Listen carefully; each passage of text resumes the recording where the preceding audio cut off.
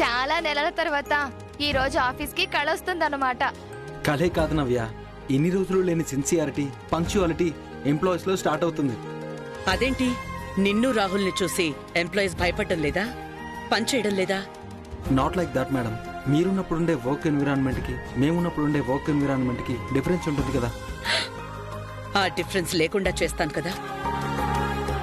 వదిన ముందుంటే నిన్నిలా చూసి ఖచ్చితంగా దిష్టి తీసేది. అది నిజమే. డాడ్, మీ వదిన లేకపోతే ఏంటి, దిష్టి తీయడానికి మా వనజుంది కదా, పిలవమంటారా? అదంతా ఏం వద్దులే తేజ, పద వెళ్దాం. వస్తానండి. వస్తాను Navya. Bye madam. Okay dad. 1 second Teja.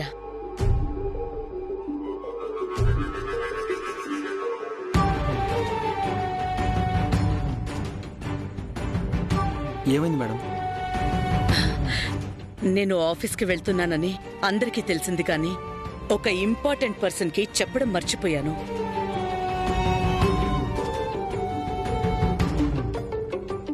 ఎవరు మేడం? నవ్య, విద్యను తీసుకురా. అలాగే మేడం.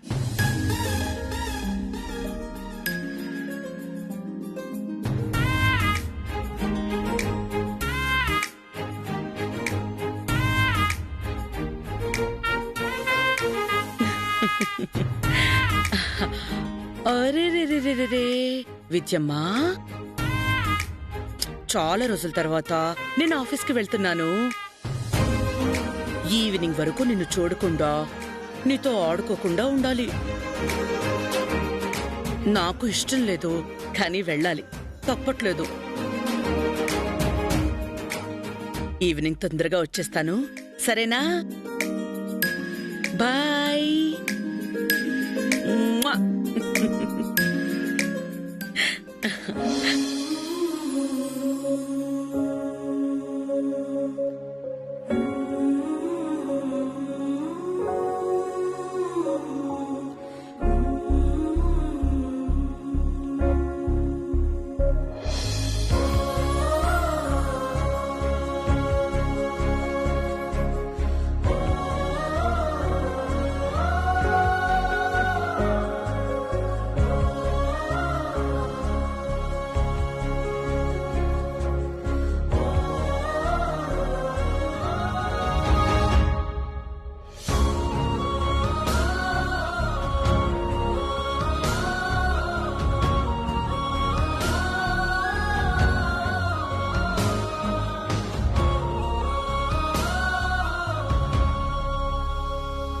ఏంటమ్మా, చెయ్యెందుకు పట్టుకున్నావు? ఆఫీస్కి వెళ్ళడం నీకు ఇష్టం లేదు అన్నావు కదా, అందుకే వద్దని చెప్తుందేమో. అవునా తల్లి, మీ తాతయ్య చెప్పేది నిజమేనా? నేను ఆఫీస్కి వెళ్ళొద్దా? ఇంట్లోనే ఉండనా? అవునండి, నవ్వుతుంది. సరే తల్లి, నేనెక్కడికి వెళ్ళను. ఈ రోజంతా నీతోనే ఉంటాను. ఇద్దరం కలిసి ఇంట్లోనే ఆడుకుందాం, సరేనా?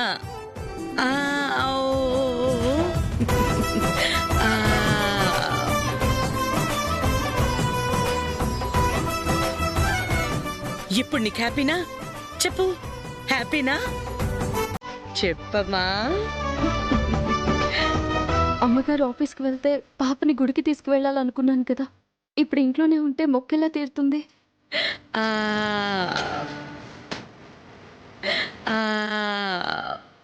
ఎలాంటి ఉపద్రవం వచ్చినా సరే ఆఫీస్ పనిని వాయిదా వేయని వాగ్దేవి మనవరాలి కోసం ఆగిపోయిందా? ఇది మామూలు గడుగాయి కాదు. మేడం ప్రాణాలు కాపాడింది కదా డాడ్, అప్పటి నుండే ప్రేమ ఎక్కువైపోయింది అనుకుంటా. అంతకు ముందు నుండే మొదలైంది. మా ఇద్దరి మధ్య ఏదో తెలియని బంధం ఉంది. ఆ బంధమే ఈ చిట్టి తల్లి నవ్వుకి బంధిని చేస్తోంది.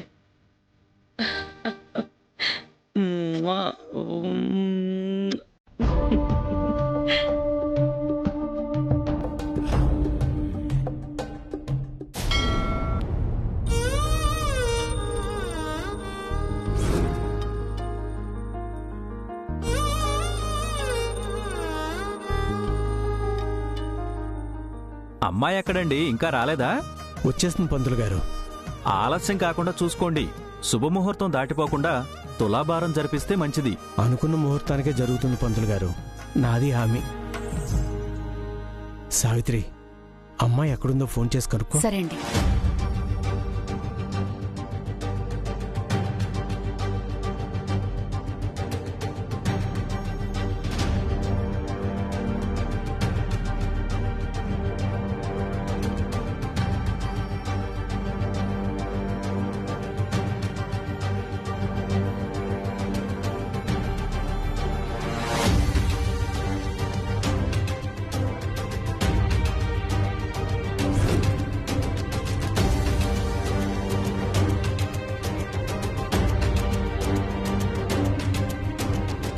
విద్య, ఇచ్చుడు ఇచ్చుడు, ఇక్కడ ఇక్కడ.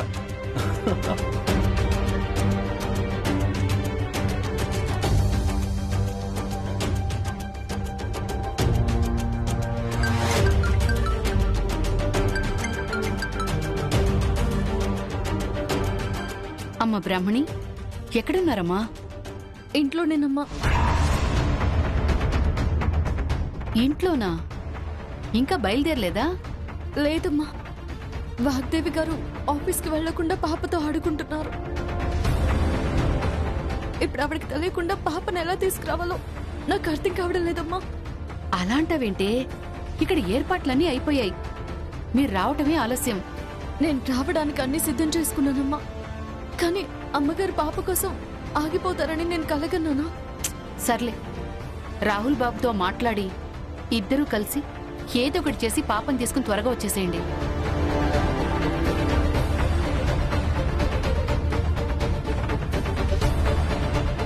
ఒక్కసారి మొక్కుకున్న తర్వాత తీర్చుకోకపోతే కష్టమమ్మా.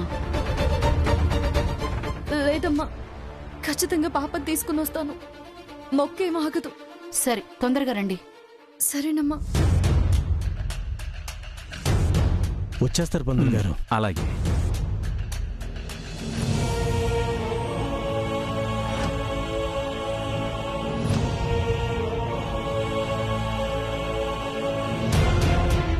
బ్రాహ్మణి, నేను రెడీ. వెళ్దామా? ఎక్కడికి వెళ్ళేది? పాప మేడం దగ్గర ఉంది. వాట్? మేడం దగ్గర? అవును, మేడం ఇంకా ఆఫీస్కి వెళ్ళలేదా? వెళ్ళరంట. తేజ గారిని వెళ్ళమని చెప్పి అమ్మగారు మాత్రం ఈ రోజంతా మన పాపతోనే ఆడుకుంటాను అని చెప్తున్నారు. ఏంటి బ్రాహ్మణి నువ్వు చెప్పేది? కిందకొస్తే మేడం ఎక్కడ ఆఫీస్కి రమ్మంటారో అని చాలాసేపటి నుండి గదిలోనే ఉన్నాను. బయటికి వద్దాం అనుకుంటే ఇదేం ట్విస్ట్ బ్రాహ్మణి?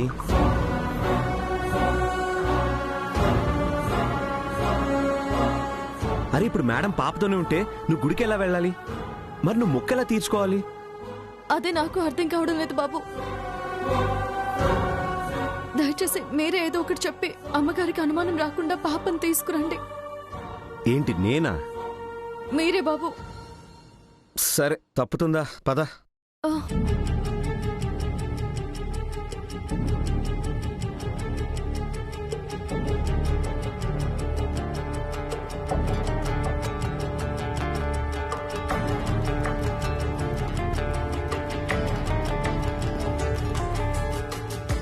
మీ అమ్మ కూడా చిన్నపిల్ల అయిపోతోందిరా.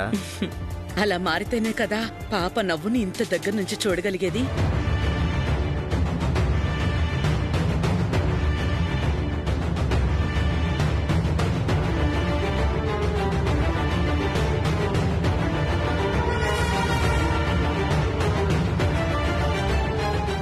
నీ కూతురు మాత్రం నన్నెక్కడికి కదలనివ్వకుండా ఆపేసింది. అందుకే ఈరోజు మొత్తం పాపకి ఏం కావాలన్నా నేనే దగ్గరుండి చూసుకుంటాను. ఒక్క క్షణం కూడా వదలను. ఓకేనా?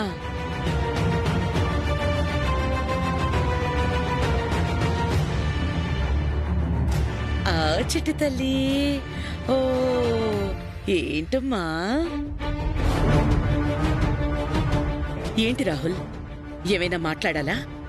యా మేడం, అది పాపకి ఈరోజు డాక్టర్ అపాయింట్మెంట్ ఉంది, తీసుకెళ్ళాలి.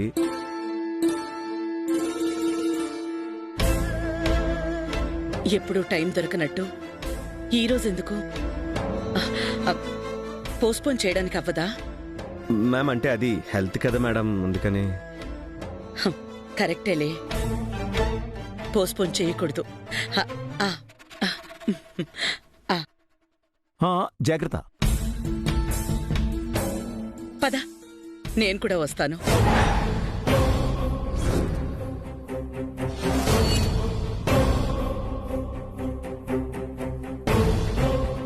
మ్యామ్ మీరా? ఏ రాకూడదా? రావచ్చు మేడం, కానీ మనతో బ్రాహ్మణి కూడా వస్తుంది. తనెందుకు? అంటే మేడం, ఆకలేసి ఏడిస్తే పాలివ్వడానికి, ఊరుకోబెట్టడానికి హెల్ప్ చేస్తుందని.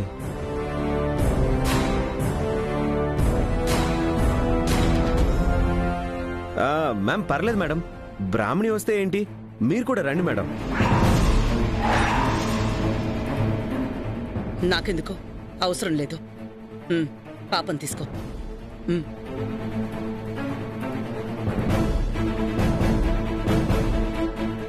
సరే మ్యామ్.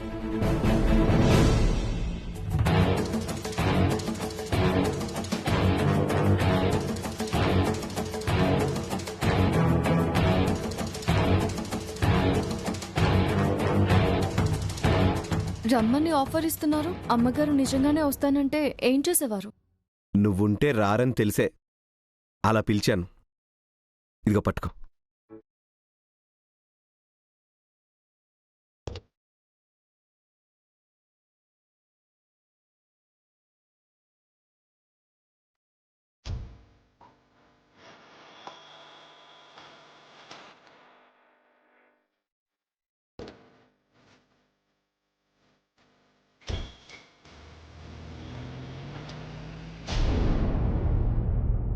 ఆంటీ, అది ఉంటే ఏంటి ఆంటీ, మీరు కూడా పాపతో వెళ్లాల్సింది. రాహుల్ రమ్మన్నాడు కదా. చిచ్చి, అదుంటే నేనెందుకు వెళ్తాను?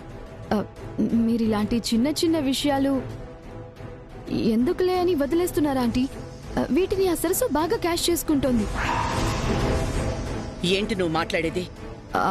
పాప కోసం మీరు పనులన్నీ పోస్ట్పోన్ చేసుకుని ఆఫీస్కి వెళ్లకుండా ఇంట్లో ఉంటే రాహుల్ హాస్పిటల్కి తీసుకెళ్లాడు. అంటే దానికి కారణం ఏంటో తెలుసా? వెనక నుండి ఆ సరస్సు చేస్తున్న డైరెక్షన్.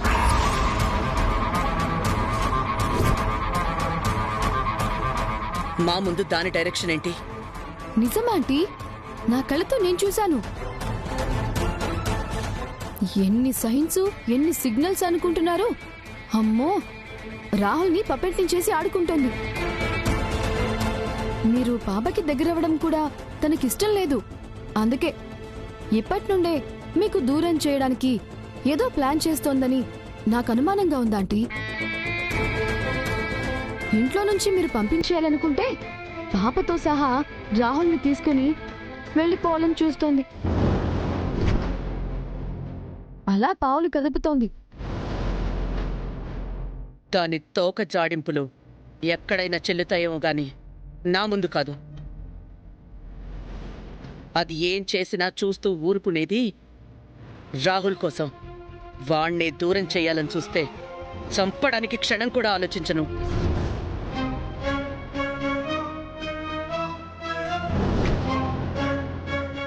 మీ కాన్ఫిడెన్స్ నాకు తెలుసా ఆంటీ, కానీ సరస్సు విషయంలో మన జాగ్రత్తలో మనం ఉంటే మంచిదని నా ఫీలింగ్. నాకెందుకో ఈ రోజు వాళ్ళు వెళ్తోంది హాస్పిటల్కి కాదేమో అని డౌట్గా ఉందాంటీ. నీ డౌట్ నిజమేమోనని నాకు కూడా డౌట్గా ఉంది ప్రీతి. నీకెందుకు వచ్చిందా డౌటు?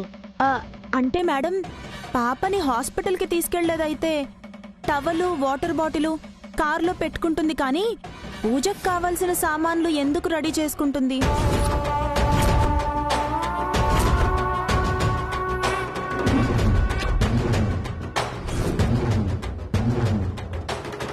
పూజ సామాన్లేంటి వనజక్క?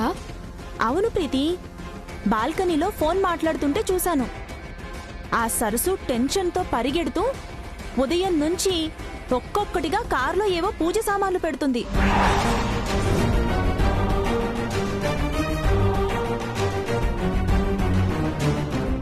నాకప్పుడే అనుమానం వచ్చింది, కానీ అర్జెంట్ కాల్లో ఉండడం వల్ల వచ్చి చెప్పలేదు.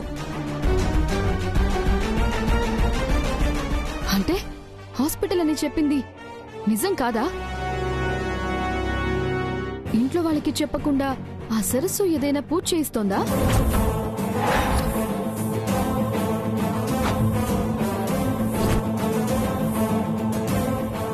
చూసారా ఆంటీ, మీ గురించి తెలిసి కూడా ఎందుకిలా ఓన్ డెసిషన్స్ తీసుకుంటోంది? ఇలాంటి బిహేవియర్ గురించే మనం జాగ్రత్తగా ఉండాలి అని చెప్తున్నాను.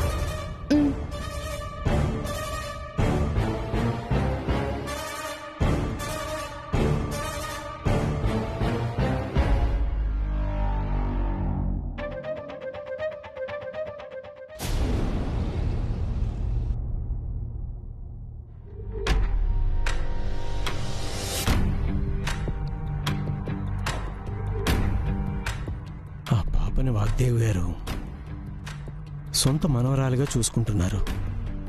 బ్రాహ్మణి ఏమో కొన్ని రోజులకని వెళ్ళి మమకారం పెంచుకుంటుంది.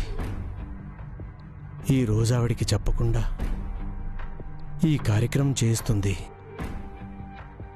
అసలే మన మీద కోపంతో ఉన్న ఆవిడికి ఈ విషయం తెలిస్తే ఊరుకుంటుందా?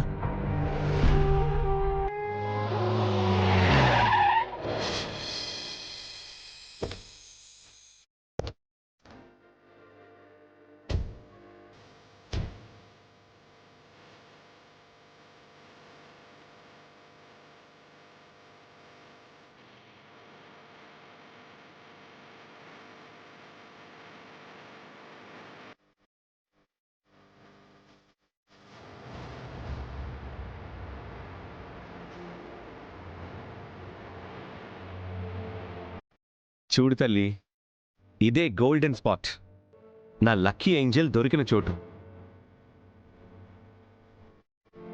ఇక్కడే నువ్వు ఏడుస్తూ ఉంటే నిన్నెత్తుకున్నాను, అంతే ఏడు పాపేసింది.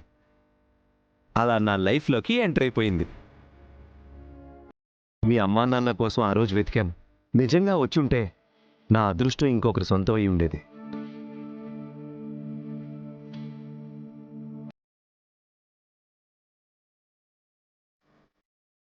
పాప మన రక్తం అండి, ఎప్పుడూ మనకి సొంతం. దూరం చేయడం ఆ దేవుడికి కూడా ఇష్టం లేదు కాబట్టి మీ ఇద్దరిని ఇలా కలిపాడు. పద.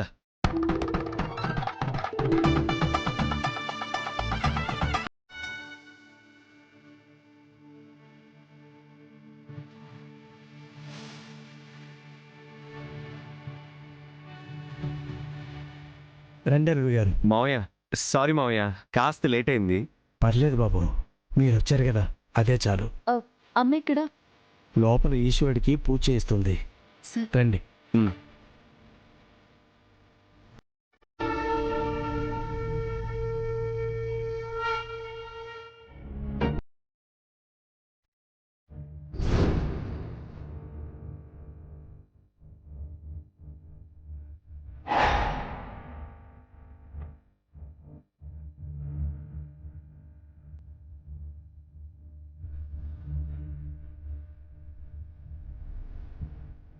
అమ్మా, గతాన్ని గుర్తు చేసుకుని ఇంకా బాధపడుతున్నావా? తప్పుని ఒప్పుకుంటే గుండెల్లో భారం తగ్గుతుంది అంటారు, కానీ ఆ దేవుడు ముందు తలుచుకున్న కన్నీళ్ళు ఆగడం లేదమ్మా. మనిషి ఏం చేసినా ఆ దేవుడు లేదే అంటావు కదా, అలాంటప్పుడు నిన్ను నువ్వు నిందించుకోవడం ఎందుకు? అలా అనుకుంటే లోకంలో పాపులు నేరస్తులు ఉండరమ్మా. దేవుడి చాటున దాక్కున్న వాళ్ళే మిగులుతారు. నేనెవరి గురించో చెప్పడం లేదు, కానీ నువ్వు చేసిన పని వల్ల నాకు మంచి జరిగింది. నాకు ధైర్యం చెప్పడానికి నువ్వెందుకమ్మా అబద్ధం చెప్పడం? నీ బిడ్డ ఎక్కడుందో ఎలా ఉందో తెలియకుండా చేస్తే అది మంచి ఎలా అవుతుంది? నా పాప క్షేమంగానే ఉందమ్మా.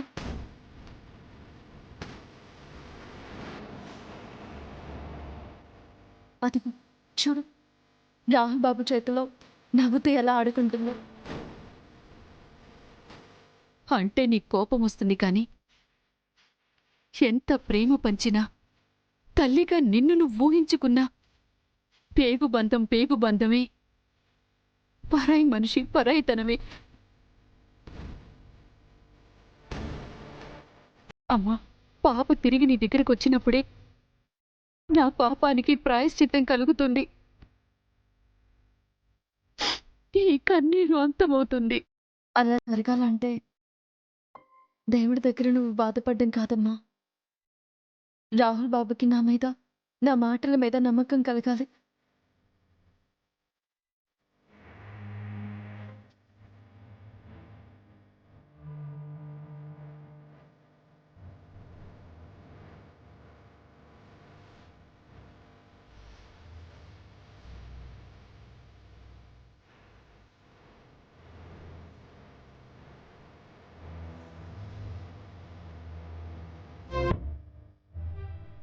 ఏంటి, పాప కోసం మీరు కూడా ఏదైనా మొక్కుతున్నారా?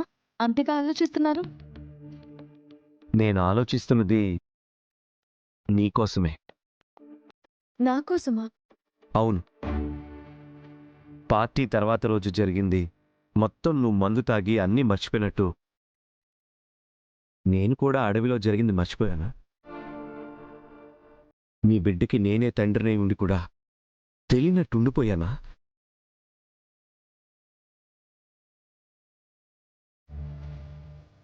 ఒకవేళ అలా జరిగితే అది పాపమే కదా, దానికి క్షమాపణ కూడా ఉండదు కదా.